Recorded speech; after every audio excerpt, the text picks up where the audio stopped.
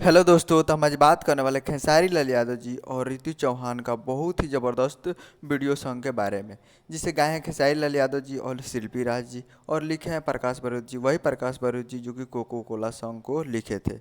और म्यूजिक दिया है सरबिंद मल्हार जी, जो कि आपको स्क्रीन के ऊपर दिखाई दे रहा है जी। सॉन्ग का नाम है क्रिया खा के कहीं राजा जी, जो कि बहुत ही ज़बरदस्त 14 अगस्त को सुबह 7 बजे ये official video full video song release कर दिया गया है Angle Music official YouTube channel पे, Angle Music Bhojpuri YouTube channel पे।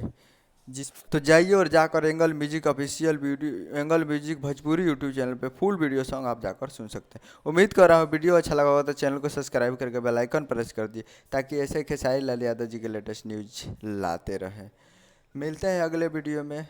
तो जाइए और जाकर आप देख सकते हैं एंगल म्यूजिक पे फुल वीडियो सॉन्ग रिलीज हो चुका है।